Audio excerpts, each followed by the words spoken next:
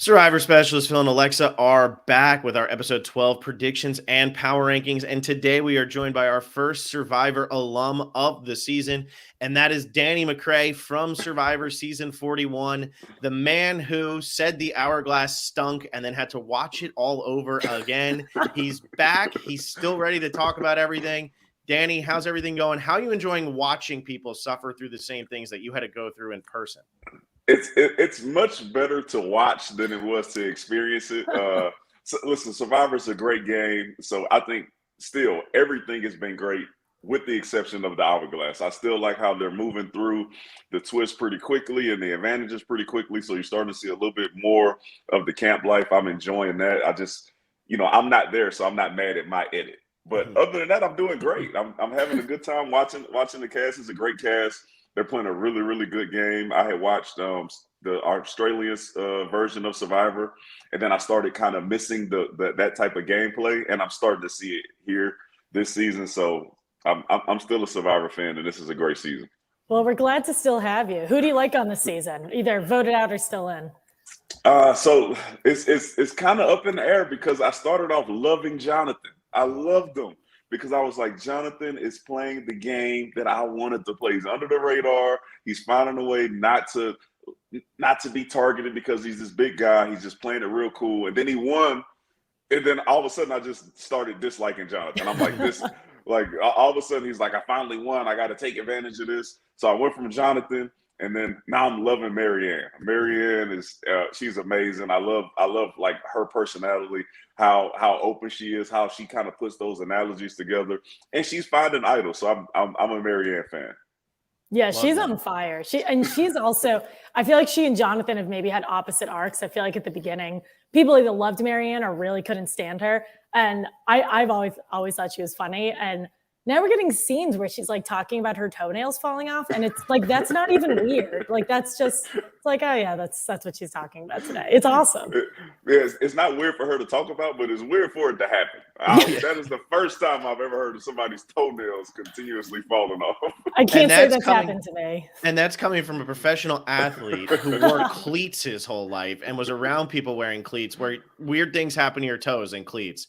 And even their toenails weren't falling off like Marianne. So something's going on with Marianne's toenails. No, I've seen some toenails come off. I've never seen them grow back and then fall off again. Oh, my God. That's crazy. That's crazy. Well, it couldn't have been more opposite. And I think that's what's been so exciting about season 42 is you went from Jonathan, who is the complete opposite of Marianne, to Marianne, who is the complete opposite of Jonathan.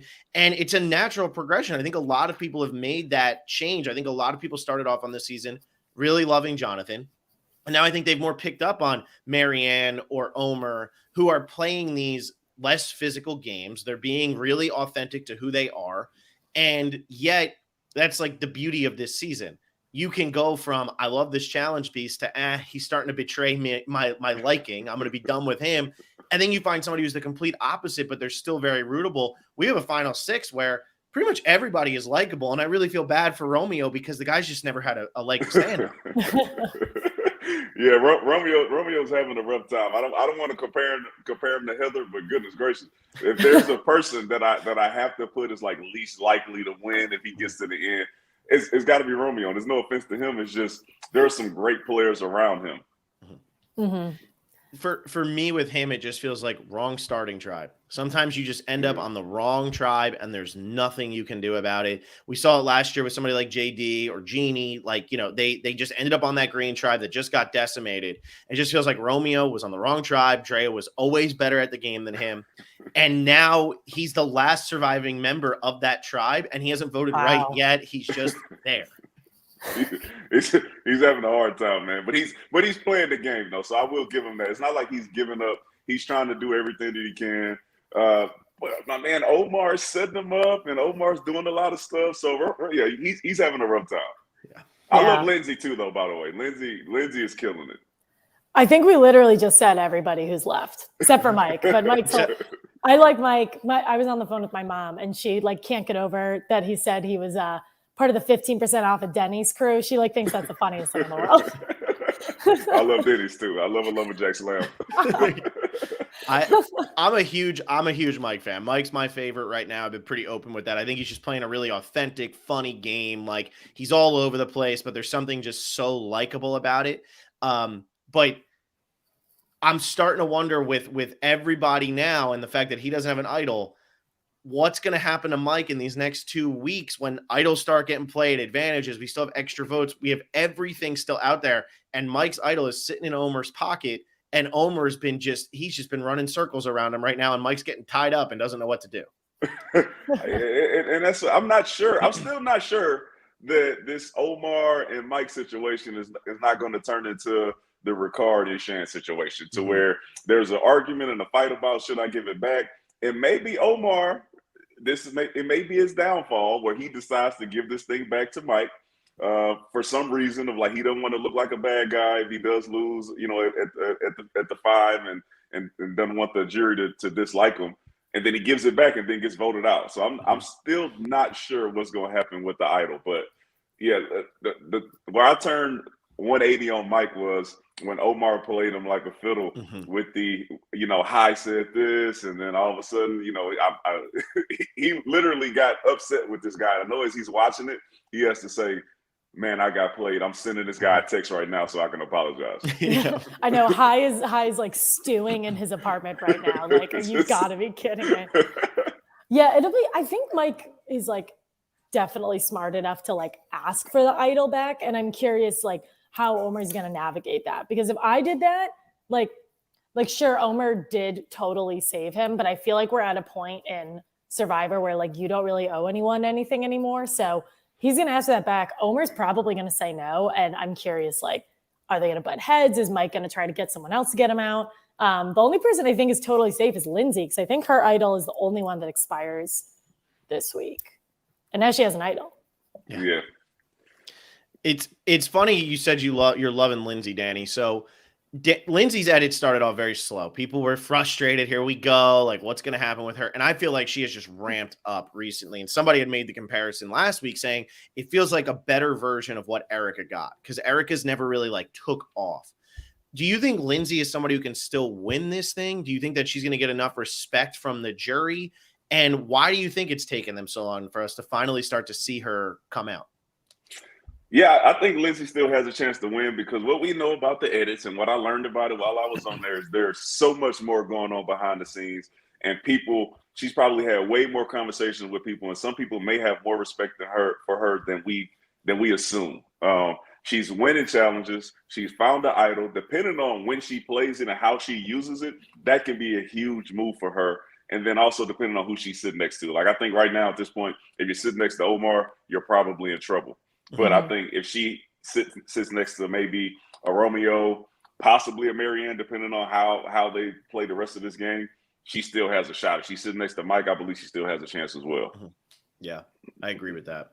Yeah. All right. Well, I'm gonna bounce really far back before we get into these rankings, and because it's obviously the hot topic, and you've managed to stay in the limelight, Danny, despite not even trying to. You haven't even tried to. You just are. So the hourglass twist happens this season. We see Jeff really honing in on the fact, like, this is bad, this is bad, this is bad. You might not, whatever you do is going to be bad. We see Drea able to predict what's going to happen, and it leaves a little bit less of a sour taste in my mouth because Roxray is out and he doesn't go on to win like he did. However, how are you feeling about how it went down this season? Was there anything different? And what do you think about these reactions? Because there was no Danny McCray from what I saw.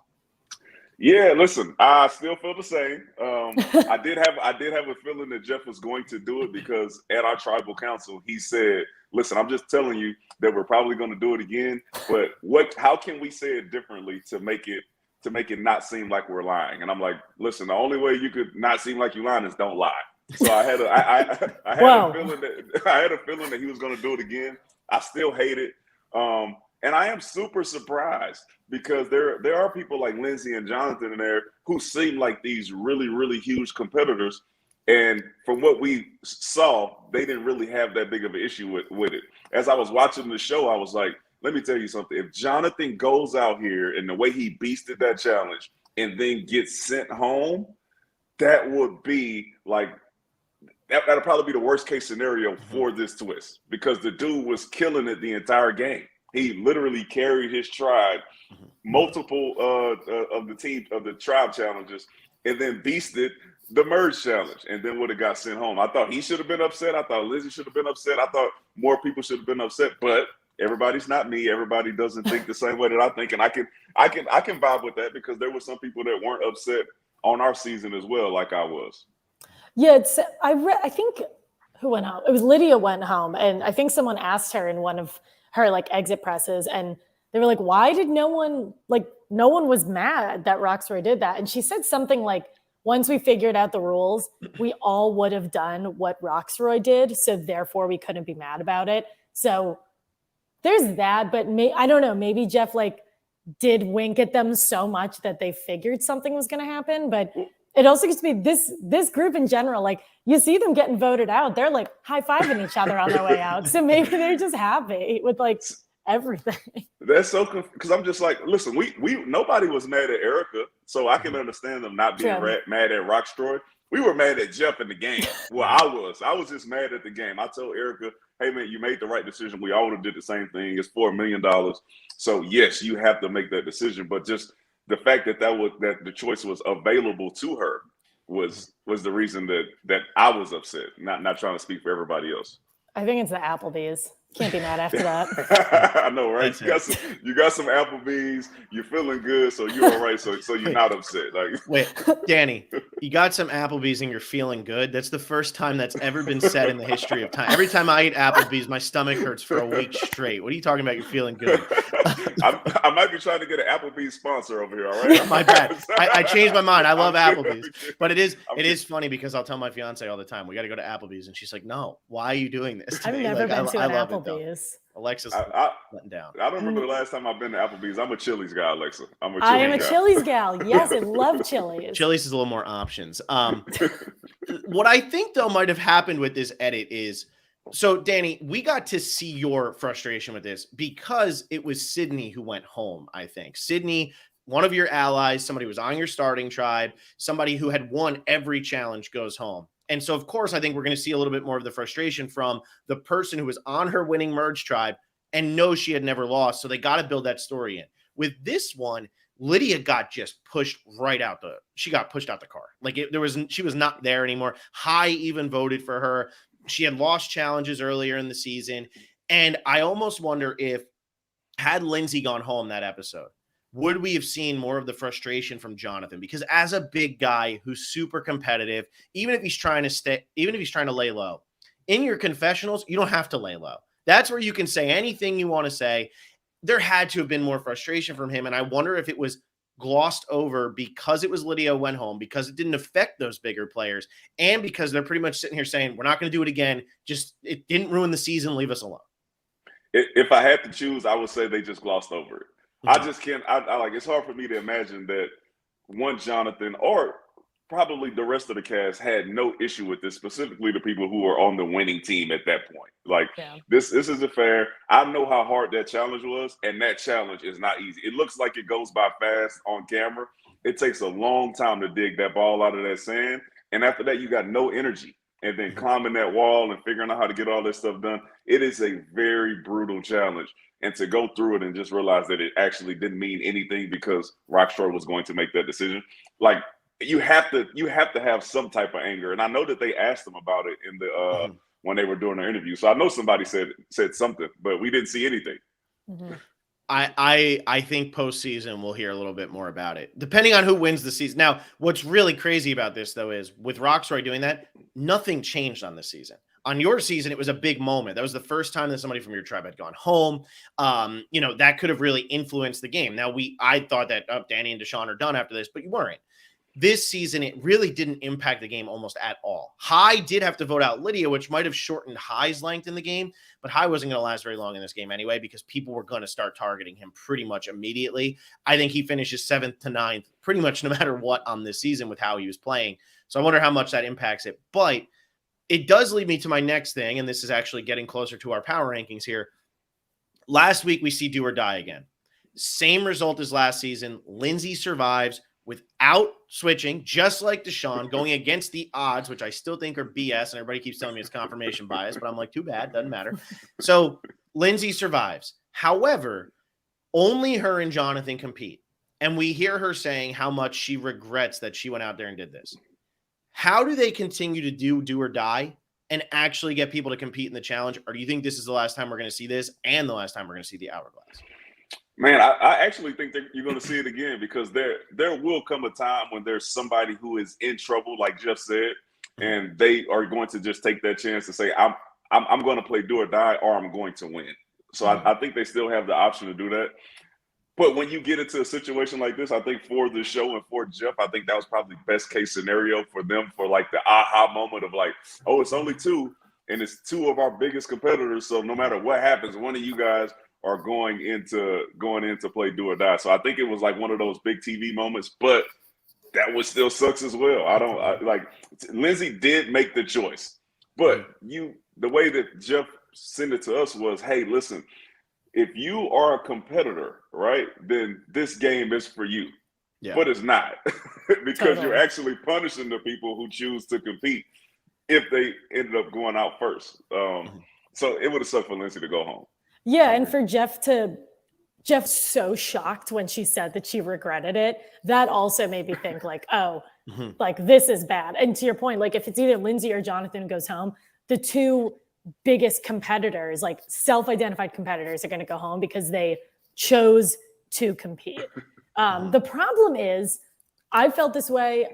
I know people who watch this felt this way. I was at the edge of my seat watching that, hoping that Lindsay didn't go home. So the problem is, even though I hated it, like they totally had me. I was like begging for her to not go home. And you see her like, she's like losing her mind after she gets to stay. So the problem is it creates that moment, but I would just rather it not be that way. It was definitely one of the most suspenseful challenges, because it was them too, right? So that's why I think that they will continue to do it, because you still get those moments like that. Deshaun's was like not even close. Like he picked it up and it was no suspense at all. So I think this one, it was good for TV, but for the people who are competing, I think it still sucks, but not as bad as Hourglass, because he did give them the option. And when you have the option, then you have to sit back and, like Lindsay did, and say, listen, I wish I would have did something different, but this is the route that I took. Yeah, I agree. I just wonder how long can you keep if season 43 comes out and they do the same thing, even if I'm Jonathan, I'm probably saying, I don't really need, maybe I don't need to do this. Maybe my game is good enough. And maybe you just start getting to the point where it's always just the person who's in the most danger, who's electing to compete, and they're doing it alone, and then they just win every time. That's what I worry starts happening, because you're incentivizing not participating. Omer was never in trouble. If Lindsay goes home there, I don't know if you can ever do this again, because I think people say, well, Lindsay could have won the game had she not done this. Like, she was in a great spot. She had good relationships with people on the other side, Drea and Hai, because of the amulet advantage. She had great relationships with everybody on Taku, even Jonathan, who she argues with like a brother every single week. Like, she had these great relationships, and she goes home because she made a dumb, air quotes, decision. How do you convince somebody? You couldn't convince me to compete in that challenge, even if I am a competitor. And not for nothing, it's not about being competitive. This is for the person who goes to Vegas and puts $10,000 on black and says, okay, let's see what happens now. Like, that's not out of your control. There's no competition there. That's just the height and anxiety of gambling. Yeah. And I mean, and it still sucks for the fact of, like, the one way for you to get safety is to win immunity. And then you pretty much have to decide if you're going to go for it or not, right? So if you feel like you're kind of in the middle at that point, and then you do not play because of the do or die, and then you get sent home, you still have this super regret on your mind of, like, I should have played, but then it's still in your mind of, like, I could have went out first, and now I got to play do or die. I don't like the twist, but, for TV, it's suspenseful. But I do have a question for y'all, because I don't know if y'all covered it yet. Okay, y'all probably did, I'm sure. But there was a third almost mistake by Jeff when they had the tribal council with Dre and Marianne, where they were talking about race and how you have to play differently in the game, and then Jeff doesn't make him go up to the booth, and they almost screw Lindsay again. This poor thing. Poor I Lindsay. got panned in our comments. You can go look at the comments for that video. I got panned in the comments for saying that Tori should not have been allowed to play her shot in the dark. I got panned. Or and I was you like, let no. both of them shot in the dark. Neither one should have been allowed to, because what Jeff said in that moment, Danny, and I think this is what you're getting at, right? Like what Jeff said in that moment is, we don't need to go up and vote. We're not going to do it. Can everybody just agree that it's going to be one of these two? Can you all agree we're not going to go do the vote? And so they all said Tori. He counted those as official votes for Tori. Like that was the official vote. They didn't have to go up and grab the piece of paper. This was an official vote for Tori. Nobody gets to play their shot in the dark after they know they're already going home. And yet Tori did. And so she goes up and does it, and Lindsay didn't do it. Now, if I'm Lindsay, she should have done it. I don't know why she didn't. But Tori should have never had that option. And Danny, I'm pretty sure that's what you're talking about, right? Because Jeff needs to remember, even when these big moments happen, it's a game show. It's a show. And you need to make sure you don't ruin the rules or ruin the integrity of the game because of the moment that you're in. Yeah, that's where I'm at. I'm just, Jeff, continue with the game. Okay, you had this big moment. You still got to go up there and vote because you introduced something like the shot in the dark. No matter what. And so let's say, Lindsay goes up there and she plays her shot in the dark and she doesn't get it. And who was it? Tori. And Tori does. Lindsay screwed. All right.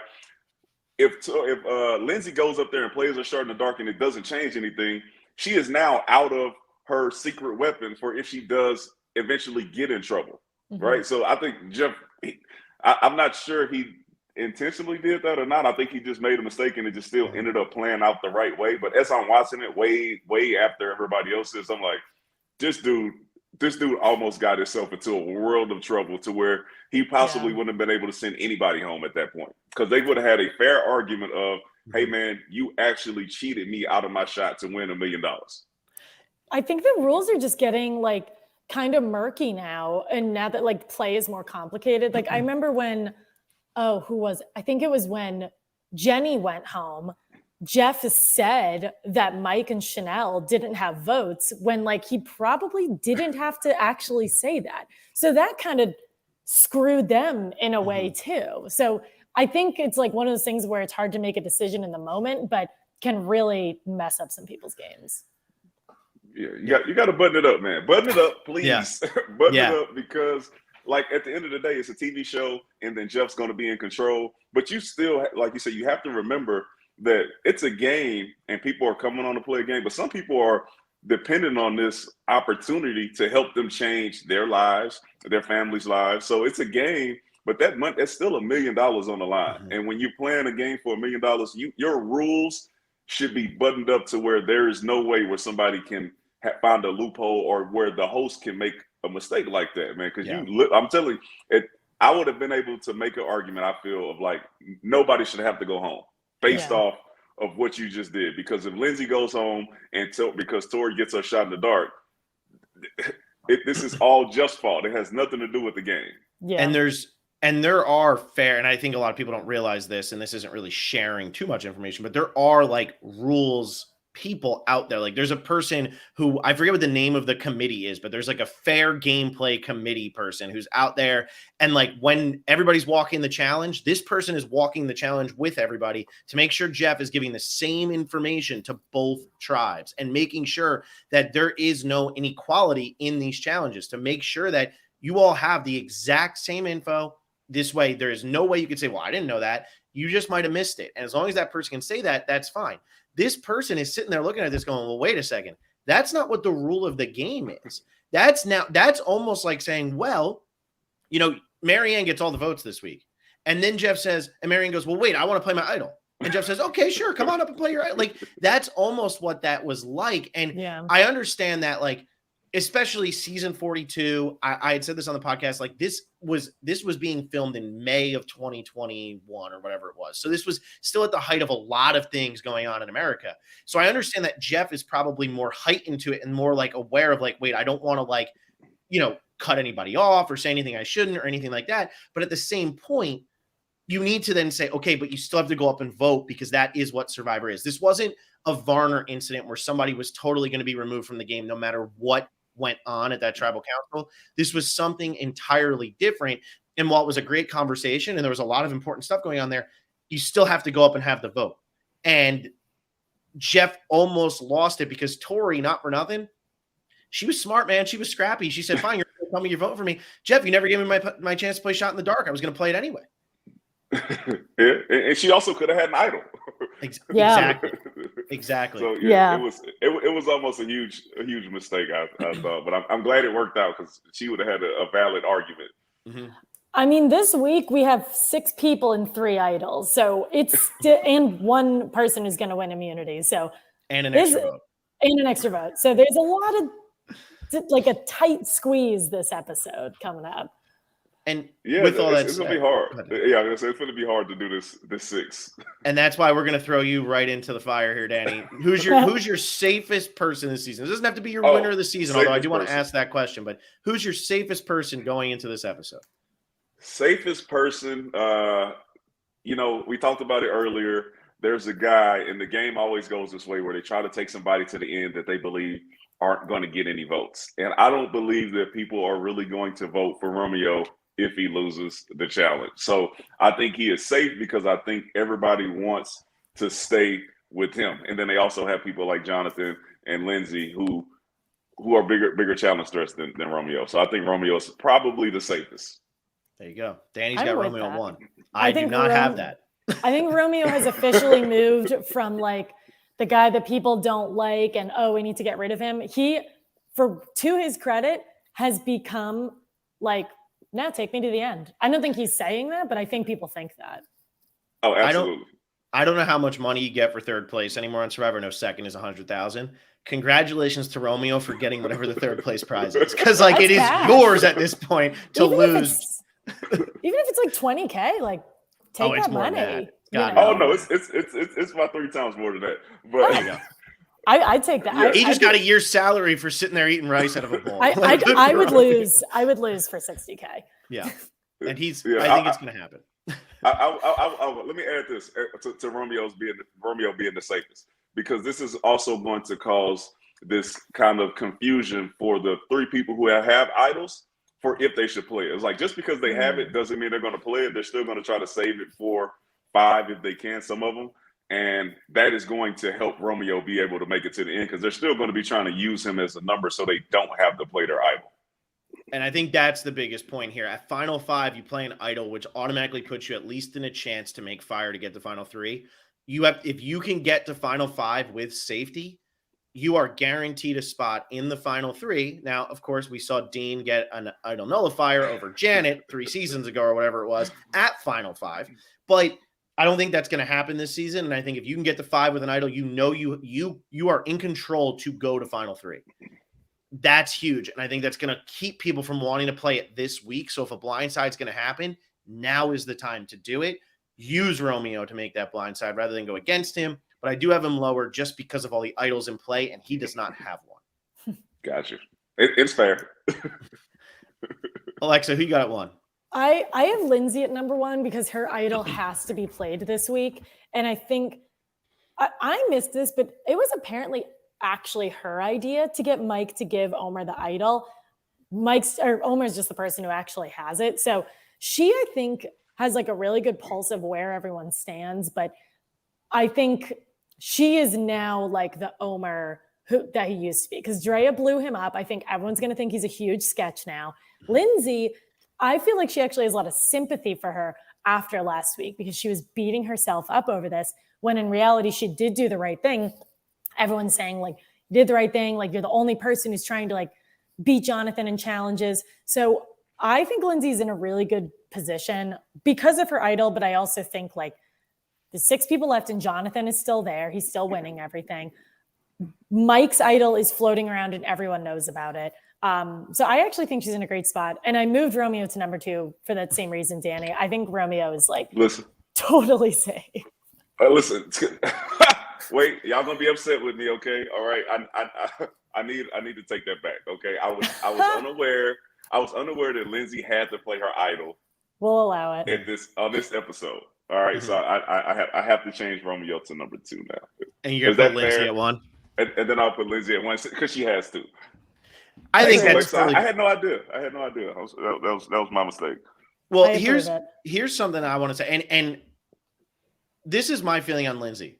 While I think that she's probably the safest person this week, I also think that she has the hardest path to the final three out of all 6 people remaining, and here's why. Jonathan, he's a challenge beast, but at this point, he's not really going to blow up your game by being a challenge beast. You've almost gotten past that point. I don't think people are looking at him as much of a jury threat, so I don't think you're worried about him. Romeo, not much of a jury threat, so you're not worried about him. Marianne has an idol that she can play at 5, so all she has to do is stay out of the crosshairs one time. She can make fire. She's in the end. Omer has an idol with at this point and trying to go to the end. Mike gave his idol to Omer, and 2 weeks in a row now, Omer can say, Mike wouldn't be here if it wasn't for me. So Omer is trying to take Mike to the end. Lindsay has to play her idol this week, will have no protection at Final 5, has to win immunity over Jonathan, and who wants to sit next to Lindsay at the end of this game? She's got Drea. She's got High. She has a compelling story. She's beaten Jonathan in an immunity challenge. And she might be able to play an idol successfully this week. Why would you want to take her to the end? I think she has the hardest path of anybody, although I do agree with all of you. She's my number 1. I think she's the safest. Those are amazing points. And I'm like, I love Lindsay. And I'm like, it's gonna be really tough for her. Maybe she's able to pull it off. Her and Jonathan have been going back and forth. So I think there's an opportunity for both of them to win multiple immunity challenges. But I'm willing to bet that there will come a challenge where neither one of them wins, where they will both be vulnerable, and somebody like a Marianne, somebody like a Omar, somebody like a Mike will win, and then both of them will be in trouble. Yeah. Totally. I think one of them could make Final 3. But I would not be shocked at all if they are 2 of the next 3 boots and the final 3 does not involve Jonathan or Lindsay, just because of how physical they are. If you can get rid of one of them at Final 5, especially at Jonathan, you can get rid of him at Final 5 because you don't let him get to the fire making portion. You don't let him win the Final 4 challenge to choose who he wants to take with him to the end. He loses next week or this week. You could vote him out for sure. And Lindsay, I think, is in a similar boat for Final 5. I think she's an easy target if she's vulnerable. It's just about making sure that they're vulnerable. And if they're both vulnerable, who do you actually want to take out more? I think you want to take out Lindsay more because she's more of a jury threat. There's a puzzle coming for Jonathan real soon. It might be this week. The great equalizer may be coming very soon. Love that. Poor Jonathan. At my number 2, I don't have Romeo, so I differ from you guys here. I have Marianne, and here's my reason. Marianne has the idol. No one knows Marianne has the idol. It looks like Marianne's about to tell Romeo that she has the idol. She also has an extra vote. So even though we're at Final 6, she can go up there with her idol, play it, and offset any type of vote split by voting twice and getting Romeo on her side. She can make the decision this week to get rid of whoever she wants. And that's where I think that Marianne is actually in the biggest power position of the Final 6, because I don't think anybody's expecting it. People at this point are starting to say, okay, Omer, you're playing the game. Or Lindsay, we know you have an idol because you revealed the amulet to Mike and Omer at the reward with the family visit or whatever it was. Nobody's expecting Marianne at all. They don't know she has an idol. And I think that some people know about the extra vote, but not many. All she needs is one person, because if people get worried about Romeo having an idol or Lindsay having an idol, which most people know she have it, and that's who they're going to vote for, then they say, oh, we'll split it between her and Marianne. Well, Marianne plays her idol or doesn't even have to play her idol. She's got so many options if she could force a vote split and just get Romeo because of that extra vote. I think Marianne's in a fantastic spot, and I would not be surprised if Marianne manages to survive this week just playing the extra vote and gets to Final 5 still with the immunity, and all of a sudden people are going, wait a second, she can win this thing because she just made maybe the biggest move of the season. She still has an idol to make another massive move. And what's the jury going to remember the most? What happened at Final 6, 5, and 4? Yeah, I'm a fan of playing your extra vote at the Final 6 versus the Final 7. Shout out to my guy Xander. No, I love you, Xander. But no, I had to move Romeo down to number 2. But Marianne was my 2 before I found out about Lindsay's having to play at 6. But I still think Romeo is the guy that people are going to try to drag to the end. And then Marianne has to then figure out, like you said, how to make both of these advantages work. which is why I think she can win if she gets to the end, if she plays the idol and the extra vote the correct way, and people see her play it the correct way. I think what's huge for her too is I think about season 34 with Sarah Lucina, Troy Zan, Brad, when we had the idol get-in and Kimmy Kappenberg went home. It was just pure chaos. And Troy Zan had an idol. Troy Zan was the first person on that season to find an idol. Had it the whole season, but was never targeted. Never gets to play his idol really in a good way. He plays it at the idol get-in, and nobody respects it. Nobody votes for him at the end. The beauty about Marianne's situation is she's on the bottom.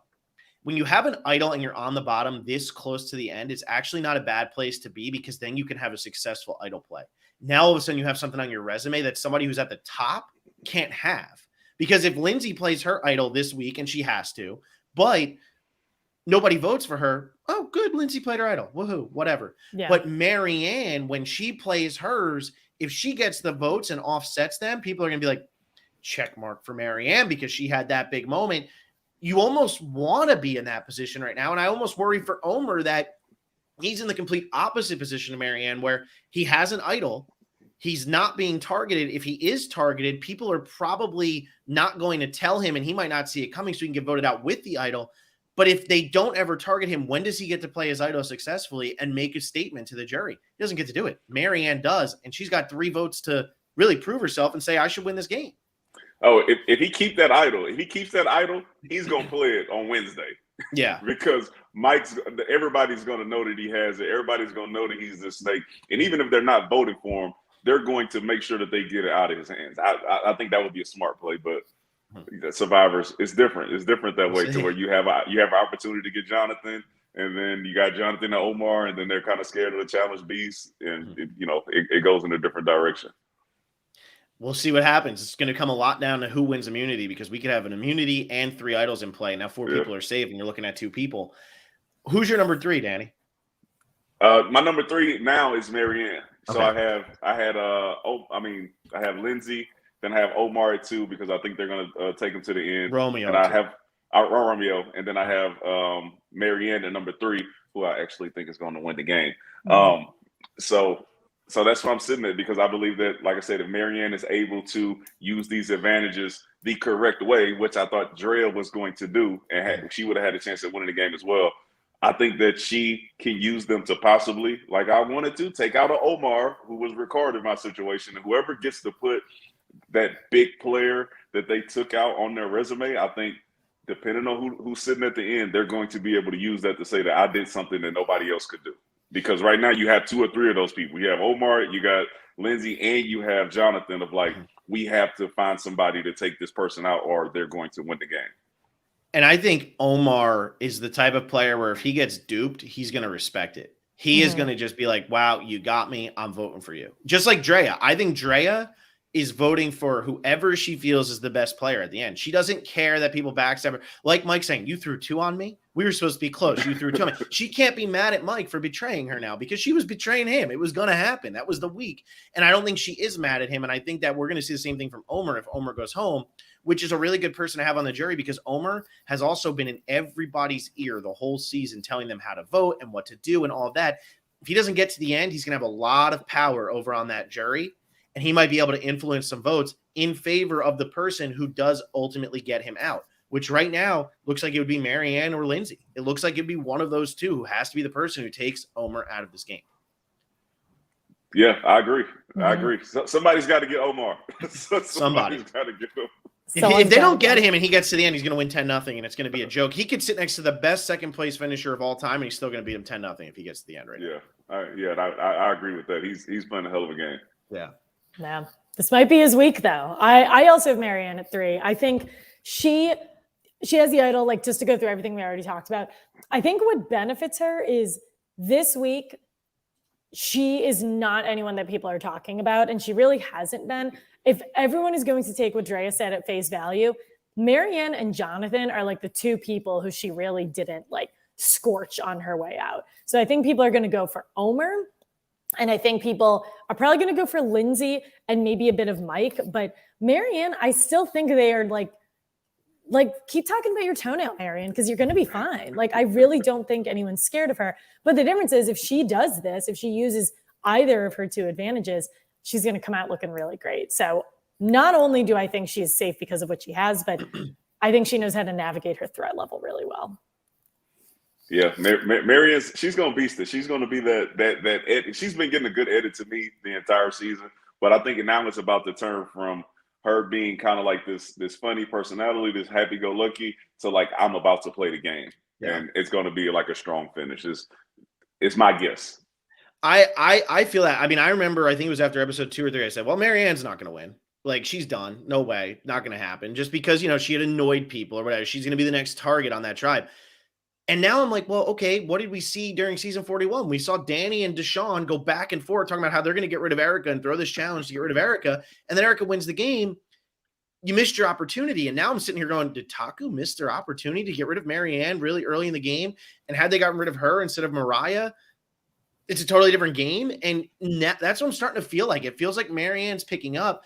And in a season that is so random at the final 6, why couldn't the 20-year-old happy-go-lucky seminary student from Kenya, who now lives in Canada, we're going to get back-to-back Canadian winners, why couldn't she win this thing? Like, there's no reason I think she couldn't, especially with what she has. And I'm going to tell you what, I watched the preview again today just because I was like, let me see if I missed anything, because I haven't really been following too closely, but I'm still winning this game, and I really want to beat all our patrons, so like it's really important to me. So I was looking, and I'm like, man, she looks fierce as hell right now. Like, she looks like she is ready to like kill. She's done. Like, she's not playing games anymore. Now it's business.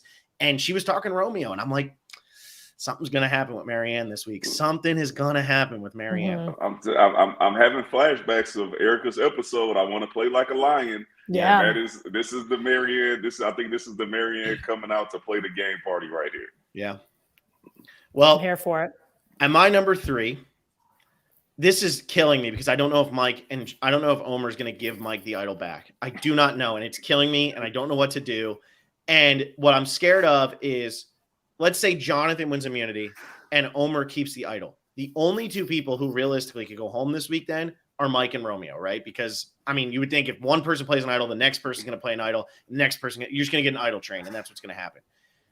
So I'm actually going to put Jonathan at number 3 under the assumption that my man is just going to keep winning immunity challenges, because I don't know what's going to happen between Omer and Mike with the idol. And I think Romeo, despite the fact that people want to take him to the end, is still in trouble just because there's so many idols and things out there that all it might take is one vote to get him out of the game. And all these idols are played after the votes. If Mike catches wind of something weird, he says, I'm going to vote for Romeo. Nobody throws any votes on Mike. Omer and Marianne and Lindsay all play their idols. Jonathan's safe. Omer goes home with 1 vote. That's what I'm scared of. Romeo goes home with 1 vote. So that's what I'm scared of for Romeo. So I'm going to go with Jonathan at 3 and say, win this immunity challenge, my friend, because I don't want to have to make a decision on Omer and Mike right now. I have Jonathan at 4 because I think he's going to win immunity. Like, I think he's totally fine. But even if he doesn't win immunity, I'm not even putting him in the same realm as Romeo, but I don't think he is as scary to sit next to at Final 3 as maybe he used to. I think, like, once he did that monkey dance, I was like, I don't know. I don't think he can win. but I think people really like him. And I think he's super unique. He 110% has like a really good argument at the end. But I think if it comes down to voting out Jonathan or voting out Omer, people are going to vote out Omer. So I do think that Jonathan is safe, but also he's probably going to win this challenge. Danny, what did you think of my 4D chess and Alexa's 4D chess here? You were laughing pretty much the whole time both of us were talking. What do you think about us putting Jonathan where we got him right now? Yeah, listen, I really believe that I remember my season when we got to the final 6 and what the challenge was, okay? And it was that a whole bunch of running around and spinning in circles and then balance beam, and then they ended with this puzzle. Don't let this vote be your last. Ricard wins it, and then I go home. I'm seeing something very similar to that. Maybe because all they've been doing this season is switching up when they did the challenge based on like what we did in season 41. So they just did it at different times. But I think this is going to be one of those puzzles, build something, whatever, and then get up there and maybe a 75-piece puzzle. And I don't think Jonathan is possibly like bad at puzzles, but I think there's going to be somebody that's better than him. And they're showing us how much energy he doesn't have in the previous episode for a reason. Like I think that we're seeing like him get gassed out because it's going to play a part in one of the upcoming episodes. So I don't have him that high. I think he's going to lose. I think that we're back to that old Survivor thing of like we have to take out the challenge beast, and that's going to overshadow maybe a Omar in this next episode if Jonathan loses. Because at the end of the day, somebody who can win every challenge is somebody who is taking a spot from you. And I think that thought is going to come to head, and people are going to say we need to get Jonathan out, and he's probably going to do something to piss somebody off because his last 3 episodes it's been bad. He's been rubbing people the wrong way, getting a little hangry and all that stuff. So I think he's going to find a way to piss somebody off. If he does not win, I think Jonathan is going home. Got it. Well, see, that's where I don't necessarily disagree with that at all. I'm just more concerned. I don't know what's going to happen with Mike and Omer. And until I know who has that idol, that's where I'm at. But it's funny you say all that about Jonathan because, yeah, the last 3 episodes, Jonathan has just been a disaster. But if he keeps winning immunity, which this could be a tough one for him. I like that you're bringing up your own season and being like, nope, he's made, done, he's gone. This is what has to happen. But if he keeps winning immunities, it's a great point that he's just taking a spot from somebody. This has to be in their minds right now. It has to be in their minds right now. And if you get him to lose, do you trust that this guy who is that much bigger than everybody else out there is going to lose this one and lose the next one and lose at Final Four?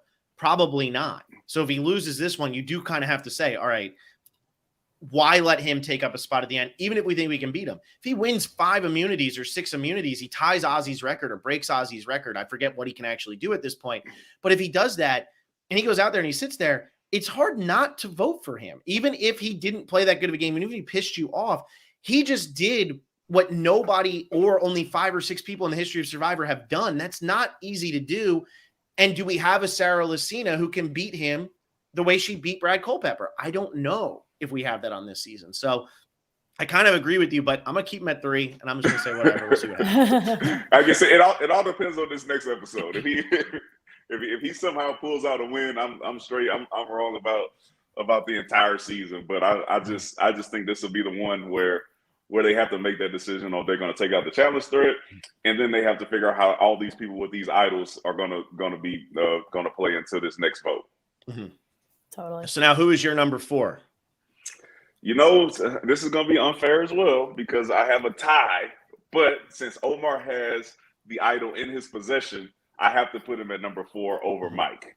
And that's strictly because he has the idol. If he ends up giving it back, then he would drop down. But the smart play would say, hold on to your idol. People know you are snaking right now. So you have to find a way to either bluff it and not play it to keep the votes off of you, or play it and keep yourself safe. So I think he's going to be smart enough to hold on to the idol and make sure that he's safe to get to the Final 5.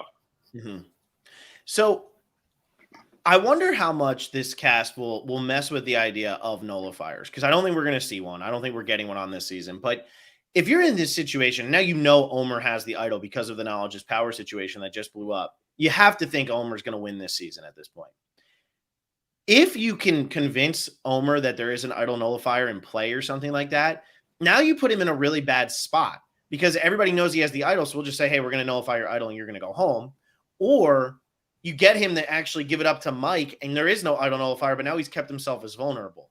This late in the game, having everybody know that you have an idol isn't a very good thing because there are so many twists that have been seen in Survivor before. I think what's funny is the guy who has the idol is the one who would spin a lie like that involving a nullifier to try to get what he wants. But I just wonder if anything like that will come up, or how they might try to convince Omer that, like, you can't have the idol, because, man, he's dangerous right now. At Final 6 with an idol, playing the best game, people are starting to really recognize that. You don't want him getting to Final 4 and having a chance to make fire. That becomes scary. And you don't want him getting through this week and having his idol still intact. So how do you actually play through that? I don't see any way in heck he gives it back to Mike, though. So I agree. I have Omer at number 4 as well. I don't see any way in heck he gives it back to Mike. The only way he goes home is if he gives that back, and then he'll be known as probably one of the best players to play the game, who made one of the dumbest decisions to give up immunity after you did all that work to trick Mike. Well, not trick him. You did save him into giving you the idol, though. Yeah. It's tough. It's a tough spot. And I'm telling you, like, and then if he gives it back to Mike, but nobody really knows he gives it back to Mike, do they try to put votes on Omer to flush votes? Who knows? But I think a lot of it's going to come down to this immunity challenge. If Jonathan doesn't win, then you can vote out Jonathan, or you can vote out Mike, assuming Mike or Jonathan doesn't win. You can vote out either one of them. Then you don't need to worry about Omer. And it seems like the Taku 4 are trying to break up, and it's Jonathan saying it. And wouldn't it be poetic for him to go home? But if Jonathan does win, everybody on Taku has an idol. Are Mike and Romeo goats? I don't think Mike's a goat, but what are you doing here? Are you really going to not try to put any votes on Omer at this point, or not put any votes on Marianne, or not put any votes on Lindsay? It's just weird right now. It's just a weird situation. Fun though. Fun to talk about. I don't think we've seen a Final Six like this in a long time, where it seems like everybody's really in play to go home, but everybody's really in play to sit there at the final three. Yeah, that was exciting. I'll be this person. I think Omer's going to give it back. I have Mike at 5 and Omer at 6. I don't think it's a good move. I don't think it's going to be a good move at all, but I think they're going to come back. Omer's going to be wigged out because now everyone knows what he's doing. And I read one of Drea's interviews. She said people have been pretty aware of him being sketchy very recently. So even though the smart thing would be to keep it, this is another weird Survivor gray area, but I don't know if Mike gave it to him to hold. If that's the case, it's still Mike's. Or if he formally gave it to Omer, Mike is going to be pissed. Nobody else is going to want to work with him. And maybe he'll play it, or he'll try to save it for Final 5. So I think Omer's actually going to be in a bad position this week. But I'm just not 100% sold that it's actually his and that he's going to keep it. If he gives it back, then he deserves to go home. I remember a clip where they specifically showed Mike saying, "I'm giving Omer my idol." And I'm not 100% sure, but I do believe that I remember Tiffany saying that when she had Xander's idol, that she could have done whatever she wanted to with it because it was in her possession and he had given it to her to make sure that Liana didn't take it. I guess this is a question I have for Jeff. What was it? Sarah gave Sari her thing to hold. So because that was something that couldn't. Well, that was something though. That was an advantage that could not transfer power. That's why. So that was an advantage. That Sarah thing, I forget exactly what it was, but that was an advantage. That on the advantage, it said this is yours and cannot transfer unless you get voted out. It was the legacy advantage. Legacy one. So she couldn't give that up to anybody else until she was voted out, which is why Sari thought she could play it. But Sarah was like, no, that's mine. You can't do anything with it. Whereas an idol is different. My thing is, I think there's no way Omer gives it up. And this is why. If he was going to give it up, why not just tell Mike, hey, not tell Mike anything and don't say the knowledge is power thing. Have Drea steal it. Sorry, you said Liana earlier. Nice. In my head. But have Drea steal it, take it, and then vote out Drea anyway. I don't understand why you wouldn't want to get rid of the idol and a person if you weren't going to keep that idol for yourself, which is why I think he is going to keep it for himself, because why would you keep an idol in the game this late in the game and be one of the 3 people who doesn't have an idol at Final 6? Why would you put yourself in that position when you could have gotten rid of it last week by having Drea steal it and then voting her out anyway? Mm-hmm. It's a huge move. I would keep it. That's my resume. This is, I've done all this, and he's not ruffling feathers where people hate him. He's just playing the game. All right. So I wouldn't give it back. It's at worst, he's snaky. Yeah. and a great Survivor player. So now they have to decide on if they want to vote for the best player or if they're upset. And then everybody would have to be upset with him. Yep. Right. In order for him not to win. Well, I'll finish mine out, Danny, and then I'll let you finish yours out. I got 5. I have actually Romeo, and then I actually have Mike at 6. I love Mike. Mike was I had Drea as my winner pick, and then Mike was kind of my number 2. And I really think Mike's getting a great edit. I think he's been awesome. I mean, he's had some dodo moments, but that's okay. I think we're starting to see dodo moments from pretty much everybody. I think they're trying to bring everybody down to an equal level, and I think this has been a great edited season. But the reason I think he's in trouble is because I think he might try to push to get that idol back. And just the way I see this shaping up, he's going to be one of 2 people who doesn't have immunity based on how I'm envisioning this. He's going to be one of 2 people without immunity, and Romeo is the easiest person to beat. Why would you get rid of Romeo? Let's get rid of Mike. Let's get him out of the game. Get a threat out of the game. Drea just said he gets to the end, he's probably going to win. Kiss of death. Maybe it really is the kiss of death. I got Mike at 6, Romeo at 5. Yep, I have my man Jonathan at 6 because I think this is the one where they're going to start saying that he's the guy, he's going to win everything. So they have to, when they get this opportunity to vote him out, they're going to vote him out. I think I just think that's going to happen. And then since Omar has the idol in his possession, I got Mike at 5. I think that if there's an opportunity to where they have to choose between Mike and Romeo, like you said, they're going to choose Mike because he did get the kiss of death from Drea. He also has played a better game than Romeo. He probably has better connections. People love him more than they love Romeo. So Mike has to be at 5. But my man Jonathan, I actually like Jonathan. Like I said, until he started winning, and then he started acting a little different. But I think this is going to be the week for him. Now, let me ask you this. If Jonathan goes home, he's number 6, you got 6th. What are we doing for these really strong guys who come out on Survivor, are able to stay low-key the whole time to get further in the game than we've seen these big challenge beast guys get? You're getting further than Joe Anglim got. And unless you go on a Colby run and literally win everything, or Terry or Tom. But how do we get you guys now past final 6 and into final 5? You guys have mastered this whole stay low. Even when we lose immunity, you're not going to vote me out. But now how do we get you into the final 3 where you actually sit there and plead for the jury? Listen, I don't know how Jonathan would get there. I know how my season went.